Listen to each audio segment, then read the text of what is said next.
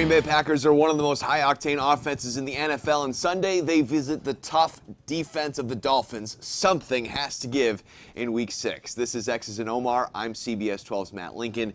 He's Sentinel Dolphins columnist Omar Kelly. Hopefully we'll spend the show addressing all the drama and changes that have taken place this week. We'll also take your questions on the show. What drama? Well, I mean, this is the Dolphins. What, there wasn't going to be drama? You know, I've had a lot more drama in my life, courtesy of the Dolphins, than I would like to admit. Well, and that's what I tell you. Some Dolphins fans, they come up to me and say, "Oh man, Derrick Shelby, this has been such a rough week." And I said, "Well, I mean, it's the bye week. What are the chances that something bad was going to happen to somebody? Very high. The fact that it's Derrick Shelby, hey, it could have been worse. Listen, I have could have been worse. Covered the Dolphins for 8 years. This is the first time we've ever had an incident on the bye week.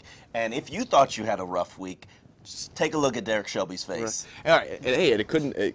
Not as bad as the Love Boat, right? Remember Minnesota Vikings and the all that interesting stuff that happened with Dante Culpepper on the boat? That was on a Vikings bye week. So in retrospect, it's not that bad. We want you to send us your questions on Twitter using the hashtag XOMAR. So let's talk a little bit about this Shelby situation.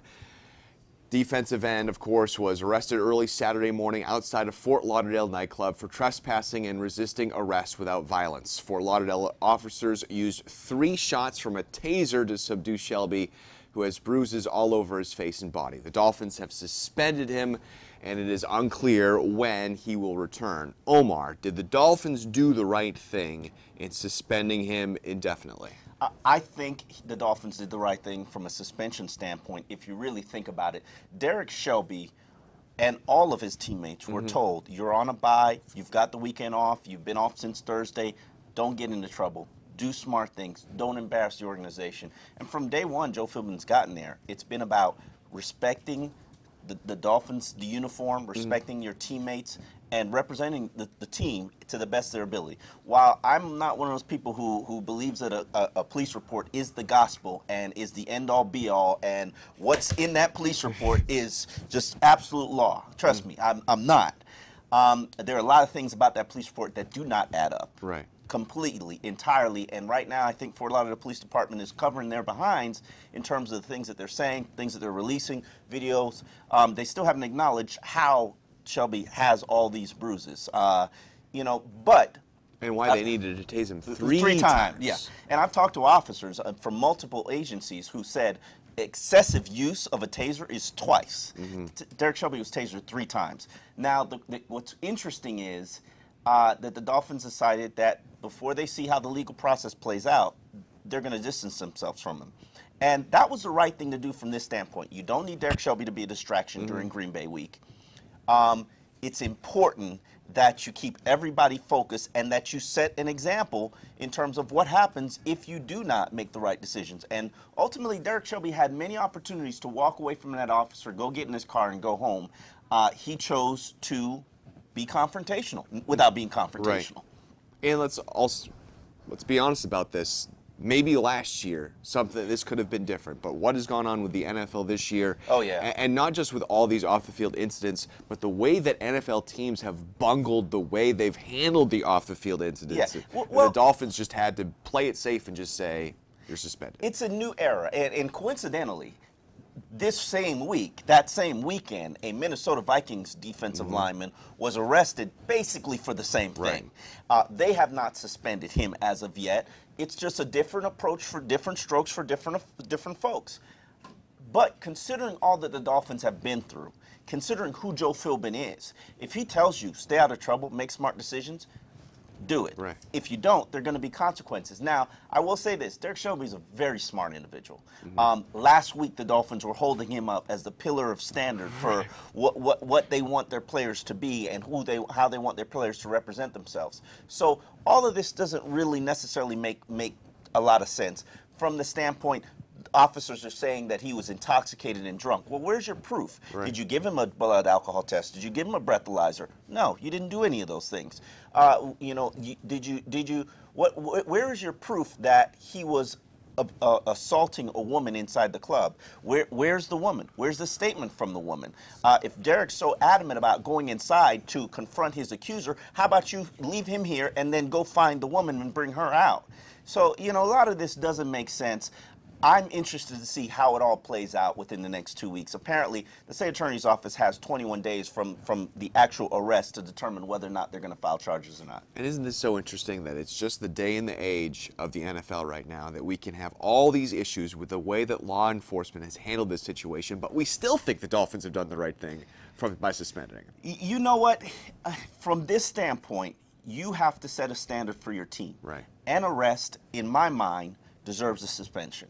No matter what you are arrested for, if you put the organization in a negative spotlight, you deserve a punishment for it. No matter whether you're guilty or innocent or not, we can figure it out at the end. But what Derrick Shelby is going to be suspended without pay, looks like he's going to be fighting with the NFLPA to get his pay back, especially if there's no charges are going to be filed. So, which is a possibility. You know, and a lot of times with these, it's just about not being in the wrong place at the wrong time. I hate when people say that from this standpoint. It is their one weekend. If I gave you one weekend where you can go do whatever you want for 6 months, but am I not allowed to go out to a club and enjoy myself? One weekend you've been working since July and you're going to continue to work till January. But the problem is, do you have that opportunity? Maybe. Do I have the opportunity to go to club? Maybe, but do the people watching us? Yes, they have that right. Do NFL players have that right? So because No. they're football players and they're athletes and they make money, they don't have a right to go out and have a drink or smoke a hookah or you know, chase girls? Is that what you're really saying? A single man is supposed to live in a commune for 5 months because there are he's an other NFL places player. that you can meet women other than at a hookah in Fort Lauderdale. What's most he likes? The hookah. You probably shouldn't like the hookah either when you're an NFL. Hey, okay, let's talk about what's going on the field. Okay, I mean, I know it's a bye week, so we can spend a lot of time talking about this. But let's go on to how much are the Dolphins going to miss Shelby on the field? You know what? I went over the Oakland Raiders film to look at how exactly he was used, and the way Derrick has a specific package that he's used in. It's a defensive lineman heavy package. Right now, the 5-2 is what it's called, especially with Randy Starks out. And then he also subs in for Olivier Vernon for one series, Cameron Wake for one series, and then Jared Odrick for one series. So ultimately, he plays in one package when the coach calls that package, and then he subs in. I think Terrence Fede can fill in as the sub guy, as the defensive end. I think Chris McCain, your boy. My boy. I think Chris McCain can fill in the sub package as a pass rusher. He's not ready to be a defensive end. He can't really set the edge, but I think he can sub in as a pass rusher in a sub package.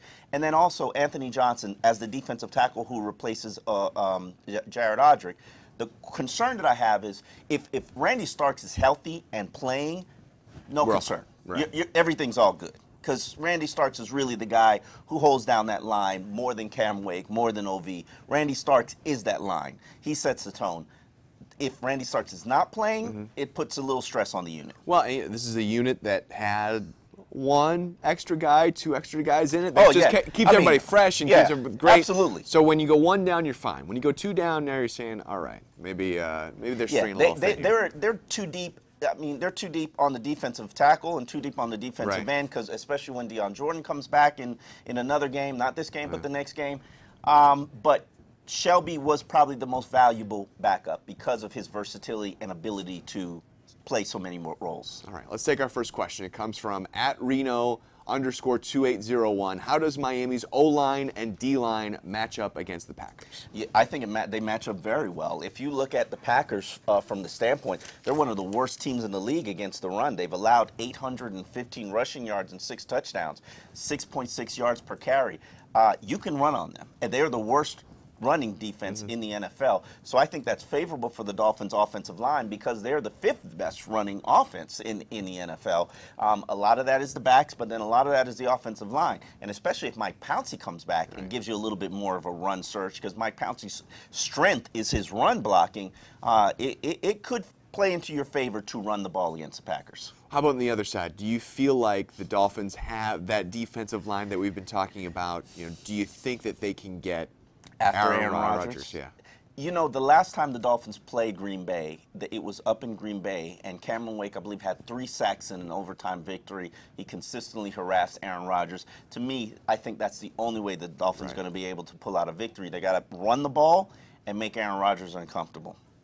But he is one of the best guys at He is the second best quarterback in the NFL right now. And moving on the run, he can throw the ball a lot better than some of the other pocket passes. That's my major fear about Aaron Rodgers, his ability to extend plays and improvise. You want to keep him in that pocket. You want to get him down on sacks, but if you don't get him down, you're going to be in trouble. 12 touchdowns, just 1 interception for Rodgers this year. All right, the Dolphins appear to be getting some reinforcements back this week. Koemisi we might see back. Mike Pouncey we're going to be seeing back. Rashad Jones definitely going to be back. Who makes the biggest difference? I think it is going to be Mike Pouncey. Okay. From this standpoint, Mike Pouncey has hinted a lot that he's probably going to be playing right guard. He's hinted a lot that he played center because his brother played center, and because that's how he got the first-round status. That's how he got the first-round money, and Mike loves his money. But I think Mike is looking at it from the long-term perspective, and he thinks right now the best way that he can help this team is as a right guard.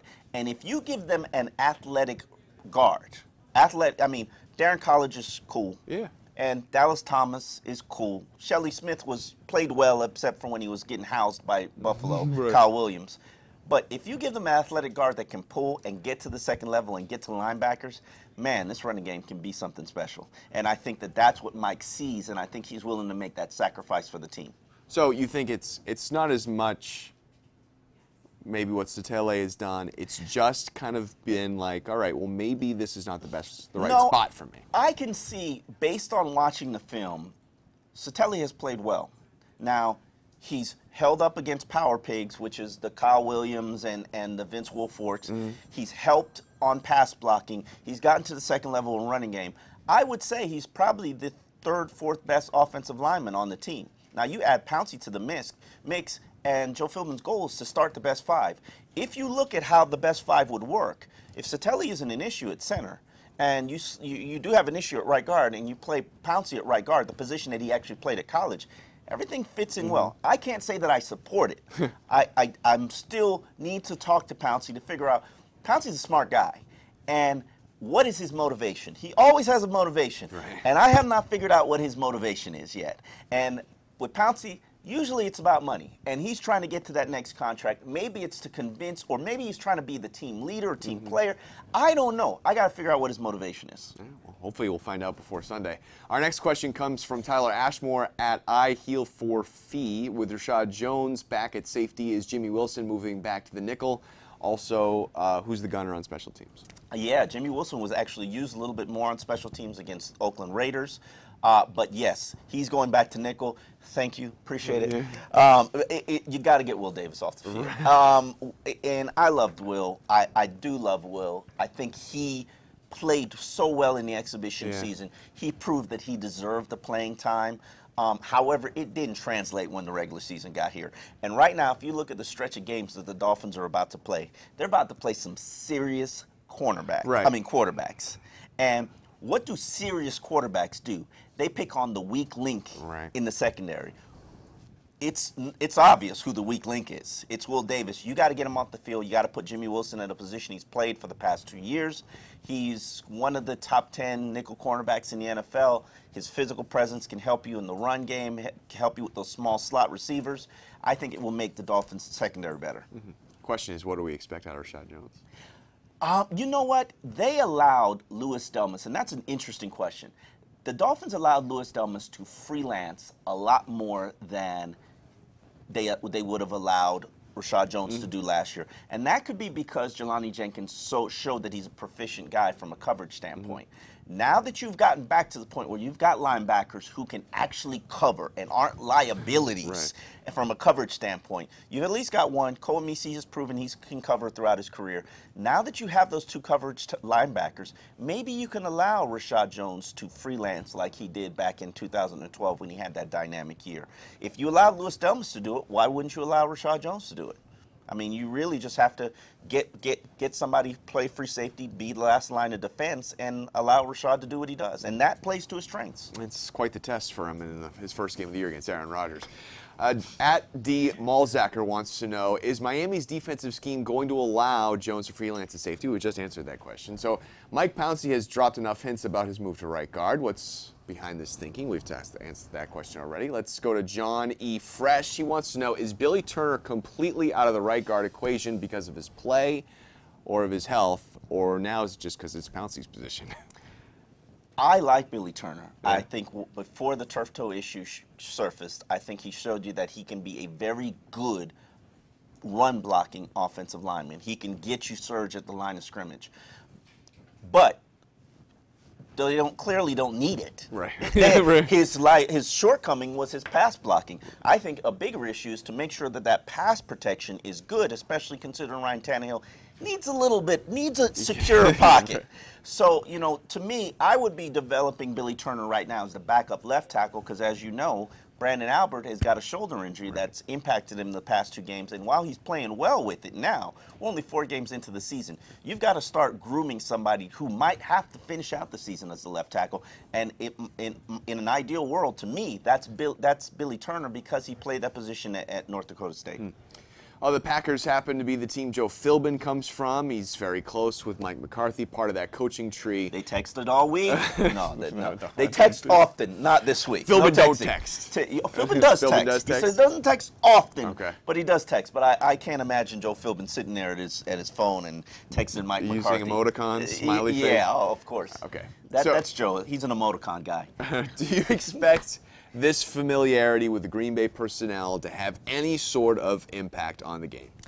I think the carryover personnel, when you're talking about Aaron Rodgers, Joe Philbin coached Aaron Rodgers for a number of years, saw him as a baby quarterback, saw him as a first-year starter. He knows his strengths and his weaknesses. He knows what Aaron Rodgers doesn't like. He knows maybe you flush Aaron to his left and his accuracy is off. So Joe Philbin knows those things. He also knows the shortcomings of Jordy Nelson, and he's been there with Cobb when he was drafted. So he knows their limitations. Now, the offensive linemen, some of those offensive linemen are holdovers. So he knows what moves and what pass rushings give them issues. So I think it can help him from that standpoint, but there isn't much carryover from the defense or from the running game. You know, and maybe he knows Mike McCarthy's tendencies, but Mike McCarthy also knows his tendencies. Not that Joe Philbin is actually coaching the team or calling the plays, because he doesn't really. But he knows what Joe likes to do in 3rd and 4, and vice versa. But ultimately, that's not how you win games in the NFL. It comes down to execution. And right now, to win this game, Ryan Tannehill, I think it's going to be a shootout. I think we're going to look at a game where there's 50 points, and Ryan Tannehill is going to have to outgun Aaron Rodgers. Are you ready for that? No, I'm not. I don't think Dolphins fans are either. Yeah, you look like you didn't believe it, but I really do think if it comes down to a 4th quarter game, Ryan Tannehill has proven that he can step up and play well in 4th quarter games. He can deliver. Not this year yet, but not this year yet, but last year he certainly did it a number of times. times. And we still haven't seen, you know, I say this all the time, the offense is still in 3rd gear. They're the 15th best offense in the NFL, have the 5th best rushing attack, they're efficient in the red zone. But what is this offense predicated on? It's predicated on delivering big plays. We still haven't seen any big plays. No. And we still haven't seen them be efficient on 3rd downs. And I think that's what's holding this offense back. Remember, this is Ryan Tannehill's 4th game, really his 8th game, considering the exhibition season. Really his 4th game in this new offense. And I would expect it to get into gear and get grooving right around game 8. And he's got to get on that road right now. And this is a defense that theoretically you should be able to score. Oh yeah, you should be able to score on them. Yeah, without a doubt. You should be able to run the ball, control time of possession, and efficiently throw the ball. Outside of Sam Shields, I really don't see any significant threats in that secondary. Right. So you keep Aaron Rodgers off the field. Keep him away from the field as much as possible. At And the Woods wants to know, can we get pressure on Rodgers without blitzing, or would you blitz him? I would not blitz him. No, From this standpoint, I don't think. I think you got to put people in the right gaps, and especially a 5. You know, I like the 5-2 for the Packers. They don't really have a good slot. I mean, they don't really have a good number 3. They put Cobb in the slot position. They don't really have a dynamic tight end. So why not kill every lane, force them to throw the ball. And I'm comfortable with them throwing the ball. I think the priority should be to stop Eddie Lacy and shut him down, contain him, and keep them from being two-dimensional. It's going to be hard not to keep a big Cobb touchdown or a big Nelson touchdown. They're going to score They're points. going to score points. I mean, if you look at it from the standpoint, they've scored 31 points, 38 points, 42 points. They put up points. Right. You're going to have to keep pace, and that's on everybody, not just Ryan Tannehill. That's on the offensive line to give him a clean pocket. That's on Tannehill to deliver big plays, be efficient in the red zone, be efficient on third down. It's on his receivers to catch the ball, and guys like Charles Clay, you've got to take advantage of you. Charles Clay's going to have a tremendous mismatch. You've got to take advantage of that and create openings for your quarterback. And this defensive line was built not to have to blitz to create pressure. Absolutely. They should be able to get pressure. Cameron Wake did it once. He should be able to do it again. All right, let's talk a little bit more about quarterbacks. Jeff Bush at Non-Inventive asks, has a very good question about Bill Lazor. What does he need to do going forward to help Tannehill develop? I know we've already talked about Ryan Tannehill a little too much in this show for your taste, but let's ask this question. Are you expecting a little bit of a different Lazor offense through the bye week? No. Sunday. I like this offense. Right. I love this offense. But more big plays. Yes, you're missing big plays. You're still in gear 3. For those people who don't know what gears are, if you had back in the day where you had a stick shift and there were 5 gears to the car, when you got into 5th gear, you were really going and revving. And right now, they are getting no big plays. Right. No, the Dolphins' longest play, I believe, has been 24 yards. And that's, actually, I think Hartline has like a 30-yard catch. This offense is predicated on creating favorable mismatches. I was looking at the film, and when you put 6 men in the box, the Dolphins are bringing their tight end in, and they're running at you because it's 6-on-6. All the back has to do is make somebody miss, and he can house it. When you put 5-6 men into coverage, when you put 8 men in the box or 7 men in the box, they're going to throw the ball because every receiver has a one-on-one. So right now it's about putting the ball in position for the playmakers to make plays, and then they have to make something happen. I don't think the quarterback has played well enough. I don't think the receivers have played well enough. But in terms of Ryan Tannehill, he's got to be better on third downs. Yeah. Third downs extends drives. And the Dolphins want to be more of an up-tempo offense, but they can't be up-tempo if they're not converting third downs. According to Joe Philbin, they want to start becoming up-tempo. Once they convert that third down, then it's like hurry, hurry, hurry, speed the pace up. And that just hasn't been the case. They're in the bottom third of the league in terms of third down conversions. And when you have a quarterback that's having some trouble on third down, then you don't want to take those high-risk throws early because that sets up second and long and third and long. You want to set up easy third downs. Well, you don't want to shoot, throw a 9 route on 3rd and 7. Right. I would, but you don't want to. You want to throw it on first down. And if you're struggling to convert those first downs, that's a problem. But the Dolphins are one of the league leaders in the amount of first downs that they get. They're one of the league leaders in yards per play. Right. They're one of the league leaders in the red zone. That shows you the offense is pretty decent. It just has to get to the next level. And what's interesting about all those stats is that's mostly because they're running the ball well, not because they're throwing the ball. I'm a believer in old school football. Yeah, well, you can run and play great defense, and you can win. Look at the Seattle Seahawks. Yeah. Look at the San Francisco 49ers. You can win playing that style. You don't need a quarterback who's throwing for 5,000 yards a game to win in the NFL. But that's not going to stop 5 to 10 people tweeting you every week about why they're not going deep more. All right, at KCruck23 wants to know, which Packers receiver could cause the most problems? Got to be Jordy Nelson. Probably. I mean, even though Randall Cobb leads the team with 6 touchdowns, Jordy Nelson he's got size to him. He's got speed. He's got great hands. He's going to be a good matchup. If it were me, and it's never me, I would be shadowing Brent Grimes on him. Right. I don't understand why the Dolphins don't put their best man on the opponent's best man, especially when he's one of the league's elite receivers. And I do view Jordy Nelson as one of the league's elite receivers. He certainly has played like it this year, no question. At Robert Alvarez has a Dolphin-specific question. Any updates on Charles Clay's knee? How's he look this week? He's practicing. He's moving. He's not moving. He's not creating the separation that he used to. That's just the reality of it. Until he has the knee scoped and heals again, it's just going to be the way it is. All right. And let's take some quick hits, right? We got some questions. Well, I got one for you. Any hope that we see Moreno this weekend? He's practiced a little bit. He's got that huge brace on. He's got a huge brace. If they're comfortable with him playing with that huge brace on, then okay.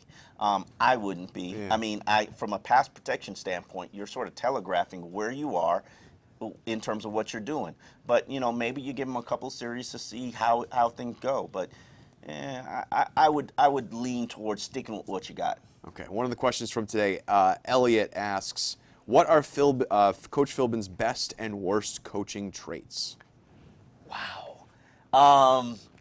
This is only a 25 to 30-minute show. Best coaching trait is the fact that I like the game plans. I think they're a well-organized, very organized team. I don't think they do make good halftime adjustments. I think that probably falls into the worst traits. And I really have a hard time believing that the team will, when they hit adversity, that they're going to rally around him and play for their coaching staff. Joe Philbin just doesn't come across with the Tony Sperano-esque do it for the Gipper kind of mentality. He's just Joe Philbin. He's the principal, right, as I call him. And the personality. The librarian. You call him the principal or librarian? You call him both. I call him both. The principarian. Yes. The principarian. It's just a personality that wears on you after a while, and all personalities wear. Look at what's going on with Jim Harbaugh. Yeah, and that raw personality wears on you after a while Rex as well. Ryan too. Rex, But you know, I mean, lots of things aren't working. Every coach has their shortcomings and their strengths. Ultimately, I always believe what gets you hired is going to get you fired. Right. Joe Philbin was hired here because Steve Ross believed that he can help a quarterback develop into elite status, and because you can run an efficient offense. So far, they've got an efficient offense, but what about that quarterback? What about that quarterback? Not his fault they picked the wrong guy. Kendall Jackson asks, how do the Dolphins receivers fare against Green Bay secondary? I think they're pretty well. I mean, I don't really think there's a cornerback that's out there that can really defend Mike Wallace, considering who he is and what he does and how he creates speed. And now he's got these 8 pounds of muscle. Yeah. He's playing with power. Well, I mean, you joke about it, but you can see it. I mean, the funny thing is he goes to the locker room and he's always flexing because, you know, he's put on 8 pounds of muscle and he looks different, and he clearly is playing different. Right. So it's allowed him to be a little bit better running after the catch. Now, the question is, you know, what about Brian Hartline? And I'm not really that pleased in terms of what I've seen from Brian Hartline, in terms of the usage of him, in terms of the plays that are called for him, and in terms of Ryan Tannehill looking for his blankie. Right. It's just not, they're not in sync, and I really think that this offense is at their best when Brian Hartline is the #1 receiver. Yeah. The guy, the dependable guy. The dependable guy, the guy who's converting third downs. And right now, Ryan Tannehill's looking for him on third downs, but that becomes a little predictable after a while. And this passing game is at its best when they do have Charles Clay out there doing Charles Clay things. I don't know if that's ever that's going to happen. Happen this year? You don't think at all? No. Wow. Breaking news. I don't think Clay never going to be at 100% this year. I don't think he has the explosion and the acceleration that he once had, that he used to have. Will it come back? Probably, but he's limping around all year, and he's in a knee brace all game. It impacts you after a while. That's sad. All right, so Omar, we each finally pulled out our first winning prediction of the season, and we took a week off, a bye to celebrate, I guess. This game should provide the Dolphins even more of a challenge. How do you? It's really some interesting matchups when you look at the Green Bay receivers against the Dolphins secondary and this Dolphins defensive line, getting to Aaron Rodgers. Really some interesting matchups. How do you see it breaking down? I see the Dolphins losing 28-24. Okay. I think this game is going to be a shootout. The reasons I'm uncomfortable with this game is from this standpoint. If it's a shootout, who are you taking, Aaron Rodgers or Ryan Tannehill? That's where you get to that. Yes. You don't like to talk about quarterbacks making that much, but in this situation, it's large. Without Randy Starks being Randy Starks, I have an issue in terms of them stopping the run. In terms of the tight end would be the ideal position to exploit Green Bay's defense. Well, Charles Clay is not really Charles Clay. The only way I can see the Dolphins pulling out a victory is if they have a dominant rushing performance against Green Bay, which is possible.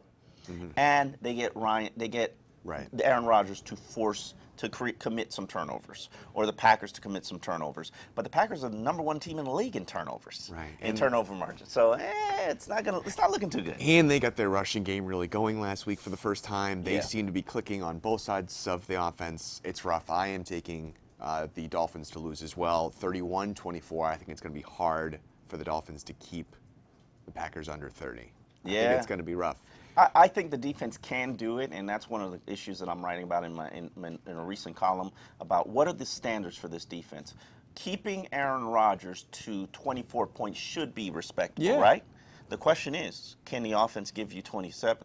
I think they can. I think they can in this game. Okay. So I think you're right. I think if it's under 20, even if it's under 27 points, if the Dolphins keep the Packers under 27 points, they can score 28 or more against this Packers team. I just don't think the first part's going to happen. Okay. All right, well, that's it for this week's version of X's and Omar. Once again, we broadcast live every Wednesday at 12:15 p.m. right here on SunSentinel.com. The series is replayed later today on these pages. You can also find a First and 10 with Dolphins linebacker Jason Trusnick on the SunSentinel.com sports page. Thanks for joining us.